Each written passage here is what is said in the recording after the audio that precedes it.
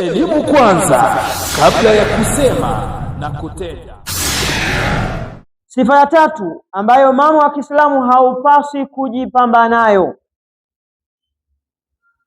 Sifa ya tatu ambayo mama wa Kiislamu haupaswi kujipamba nayo, al-kafira. Mama wa Kiislamu haupaswi kujipamba na sifa ya kukufuru, kumkufuru Allah subhanahu wa ta'ala. Mama wa Kiislamu, jitahadhari na sifa ya ukafiri. Sifa ya nini? Ya ukafiri.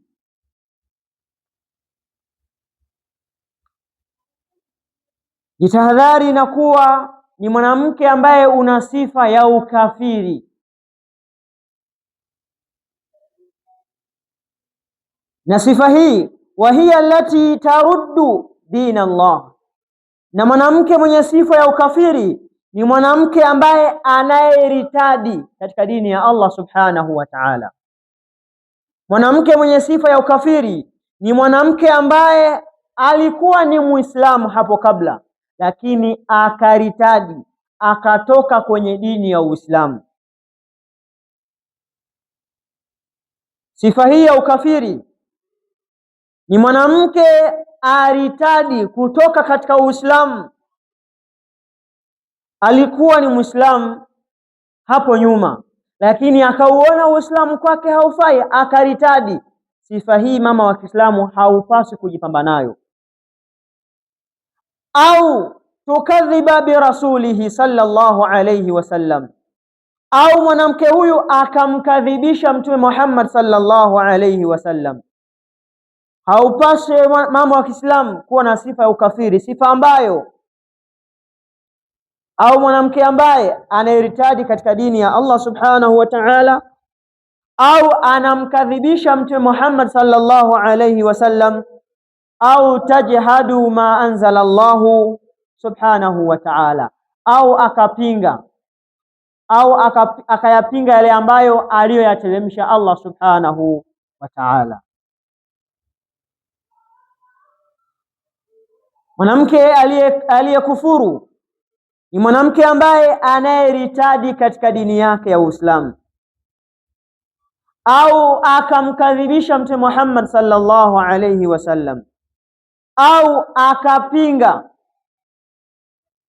akapinga yale ambayo Allah aliyoyateremsha, au akayapinga yale Allah aliyoyateremsha kwa mtume wake Muhammad sallallahu alayhi wasallam, bimaana akaipinga Qur'an. Mwanamke huyu kwa kufanya mambo haya atakuwa ni mwanamke aliyekufuru, aliyetoka katika Uislamu.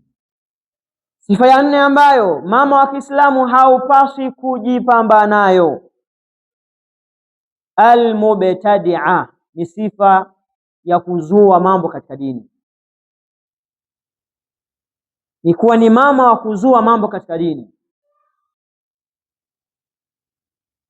Ni sifa ya kuzua mambo katika dini ya Uislamu, mambo ambayo hayakufanywa na Mtume alayhi salatu wasalam, wala hayakusemwa na Mtume Muhammad sallallahu alayhi wasallam, wala hayakufanyika enzi za Mtume wala maswahaba.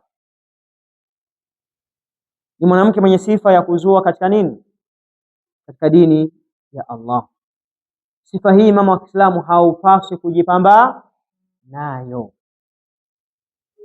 Na mwanamke anayezua ni yupi huyo mwanamke anayezua mambo katika dini?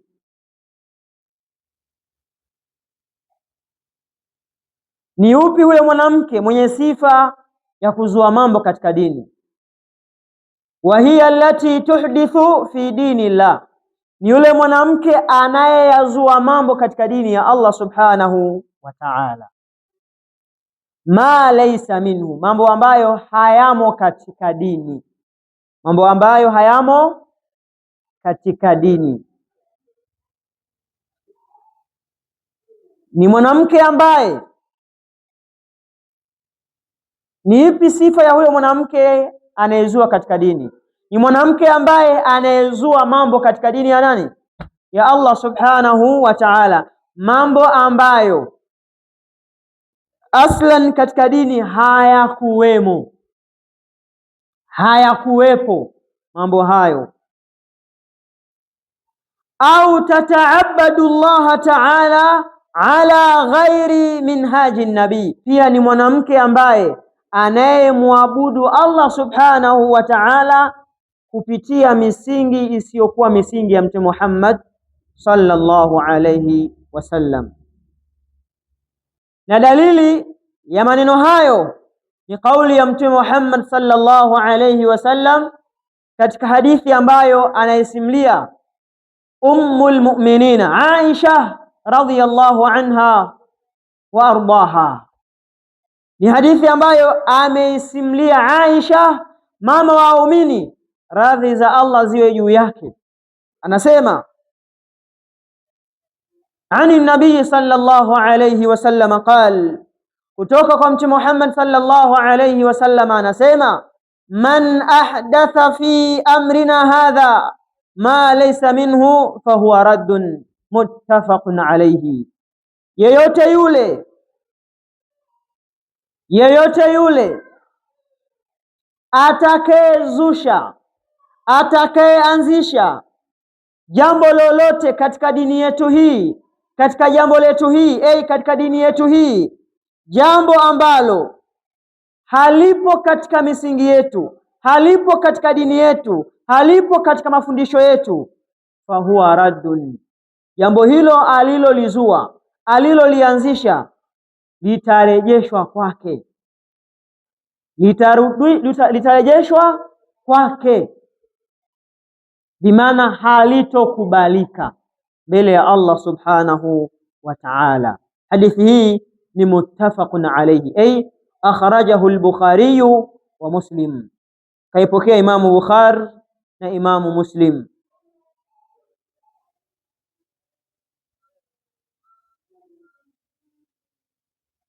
Kwa hiyo hii yote ni dalili ya kwamba mwanamke mwenye sifa ya kuzua mambo katika dini, mwanamke huyo atakuwa amejipamba na sifa ambayo ni mbaya, sifa ambayo itampelekea pabaya. Na jambo la kuzua katika dini ni jambo hatari sana, kwa sababu ni jambo ambalo uhatari wake ni mkubwa zaidi kuliko yule mtu anayefanya maasi. Yaani mtu anayefanya maasi ana afadhali kwa Allah kuliko yule anayefanya uzushi katika dini, kwa sababu anayefanya maasi anajua haya ni maasi, maana anamuasi Allah na anatarajia kwamba baadaye nitakuja nitubie. Lakini anayefanya uzushi katika dini ya Allah, yeye anajua jambo hilo ni dini na analipwa katika hilo. Kwa yeye hajui kwamba jambo hili ni maasi, hajui jambo hili ni baya, yeye anajua ni dini. Kwa hiyo uhatari wa bid'a ni zaidi kuliko uhatari wa nini? Wa maasi. Qala ba'du salaf, wanasema baadhi ya watu wema waliotangulia, ma min fi'latin, hakuna amali yoyote, hakuna tendo lolote, illa yunsharu laha diwanan, isipokuwa tendo hilo, amali hiyo utakayoifanya itaulizwa maswali mawili. Amali yoyote unayoifanya, wa in sagharat, hata kama amali hiyo itakuwa ni ndogo kiasi gani, lakini amali hiyo utakuja kuulizwa juu ya amali hiyo maswali mawili. Lima wa kaifa, lima fa'alta, kwa ajili gani uliifanya ibada hiyo, kitendo hicho, amali hiyo. Wa kaifa, na umeifanya kupitia misingi gani? Kwa hiyo maswali haya yanatokana na mambo mawili: tauhidi ya Allah, ikhlas katika ibada, na kufata mwenendo wa Mtume Muhammad sallallahu alayhi wasallam. Kwa hiyo ili ibada yako iweze kukubaliwa, lazima iwe na misingi mingapi? miwili. Kwanza, iwe na ikhlas, ibada hiyo iifanye kwa ajili ya nani? Ya Allah subhanahu wa ta'ala, usimkusudie yoyote. Lakini pili, ibada hiyo iifanye kupitia mafundisho ya Mtume Muhammad sallallahu alayhi wasallam. Sifa ya tano ambayo mama wa Kiislamu haupaswi kujipamba nayo, annashiza, sifa ya uasi au uovu.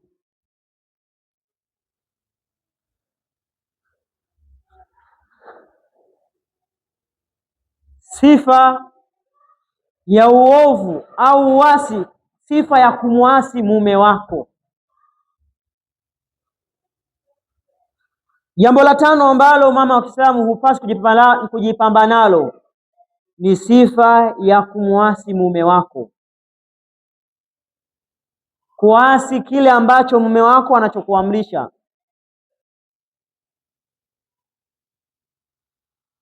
Ni sifa ya kumwasi mume wako. Ni yupi mwanamke ambaye, ni ipi sifa hiyo, au ni yupi mwanamke huyo ambaye anayemwasi mume wake,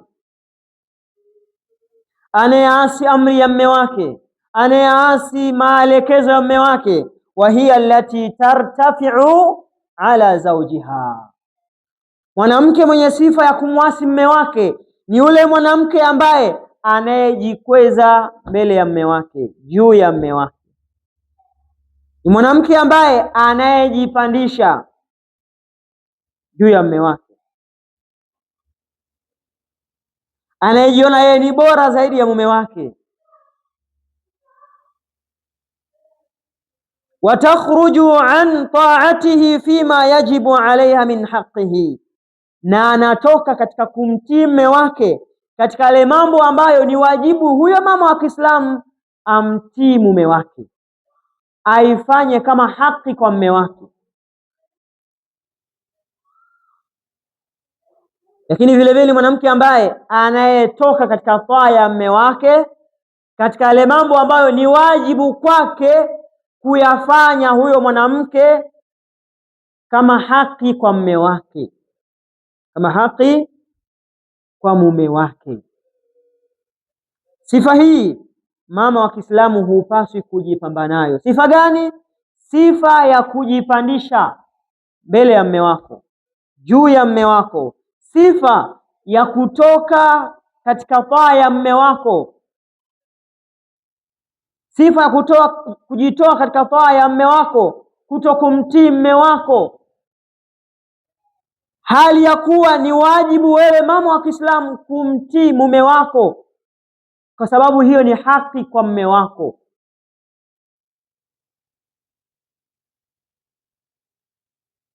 Sifa hii mama wa Kiislamu uliyeridhia kufata mafundisho ya Mtume Muhammad sallallahu alayhi wasallam, hupaswi kuwa na sifa hii. Hupaswi kujipamba na sifa ya kumwasi mume wako, maadamu tu kile anachokuamrisha mume wako ni kitu ambacho hakimuasi Allah. Ikiwa atakuamrisha jambo ambalo linalomuasi Allah, hapo hakuna kumtii mume wako. La ta'ata al-makhluqi fi ma'siyati al-khaliqi, kwa sababu kanuni zinavyosema hakuna kumtii kiumbe katika kumwasi muumbaji ambaye ni Allah subhanahu wa ta'ala. Kwa hiyo ikiwa mume wako anakuamrisha katika kumwasi Allah, hapo ndipo hautoruhusiwa kumtii mume wako, bali utamwasi mume wako katika kulifanya lile ambalo linamuasi Allah. Lakini ikiwa lile ambalo analokuamrisha kwalo ni jambo zuri tena la kumridhisha Allah, hauruhusiwi mama wa Kiislamu kwenda kinyume na taa na amri ya mume wako, kwenda nje na taa ya mume wako, kwa sababu kumtii mume wako ni haki ambayo wewe mama wa Kiislamu yabidi uifanye kwa ajili ya mume wako. Unatazama Amani TV Online, amani kwa wote.